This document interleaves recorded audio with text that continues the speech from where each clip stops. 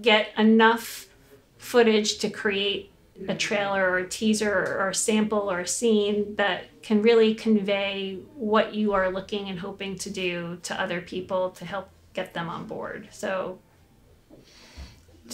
go and do it. Documentaries, they have such a more kind of unexpected narrative than in scripted films. You know, you could write a script and write it the way it happened in life, and some people might say, oh, well, that's not real. You know, like, truth is stranger than fiction.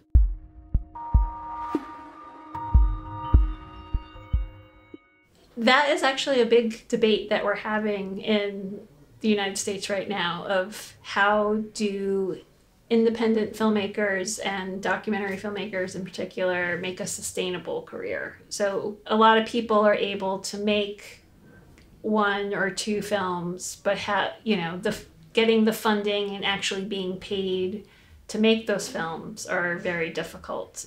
So figuring out, kind of a model where filmmakers are able to make their films and hopefully have others in development or in production is an important thing that all filmmakers should learn. Last year, I had a film that took 2 years to make that got launched at a festival, and at the same festival, there was another film that took 10 years to make. And I didn't think the 10-year one would take 10 years, but it just happened to be that way. So, you have to be able to pick, I've learned that I need to work on multiple projects at the same time, but also pick the ones that I'm most passionate about, because it does take a long time and you have to be passionate about it for years and years to come.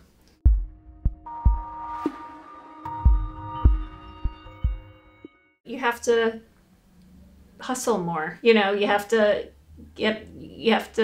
network and find lots of different types of people, and whereas kind of after, getting a nomination, you have a lot more opportunities. It's not as hard to pitch a project and get it funded, because, you're seen as having a track record now. So, or we have people at Motto, we have people coming to us saying, who have money, and say, what films are on your slate, and how can I be involved?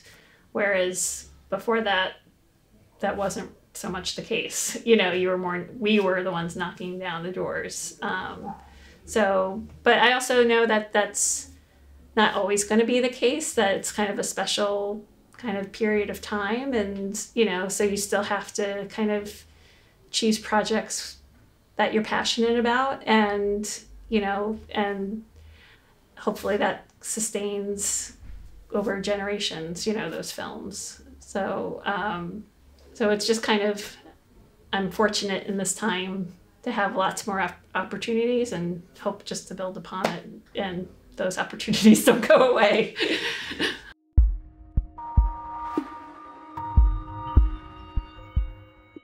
Working with a director, I hope and want that it's a collaboration, that they're not just bringing me on board, to hire and fire or whatever, deal, be the human resources person, but that they, it's kind of, they want my opinion about the narrative of the film, or how to develop a character, or what are the issues that are important, what are the sub issues that we should be talking about in this greater issue. And there are a lot of creative parts in filmmaking that people might not see as creative. I think budgeting is creative in allowing a director to achieve a vision. If you can budget the right way and get that director 2 cameras or a studio or some big piece of equipment, that's a creative art. But ultimately, hopefully, you create a relationship with a director, that they trust you, that you can debate and challenge each other, and that you both know that you are bringing your A game, that, you know, you're doing the best for him or her, and she or he is doing the best to help the production get done. So, I mean, hopefully you have just an open dialogue and not afraid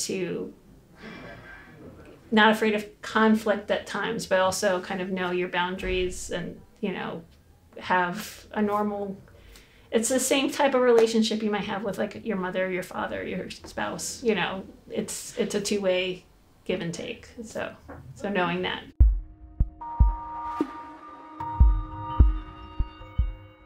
Definitely a first-time filmmaker, they just need to go out and make the film. You know, you need to have some sort of example that shows your talents and your vision.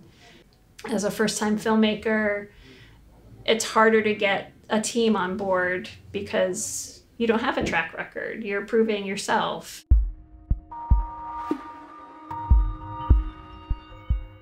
You know, everyone at your school, you know, they have the similar interests, and you're figuring out and learning together. So I think you should definitely take advantage of your students. And I mean, that's how I learned. I did sound on my friend's film. I did script supervisor. I tried all the different roles in the film to help collaborate, and you learn on each other's film. Just because you're not directing that film or whoever position you want to be, just because you're not doing that role on that film doesn't mean you can't use it as a huge learning opportunity and great experience, and, you know, use it to help you grow. So you should definitely help your fellow students, and, you know, and hopefully you all grow together.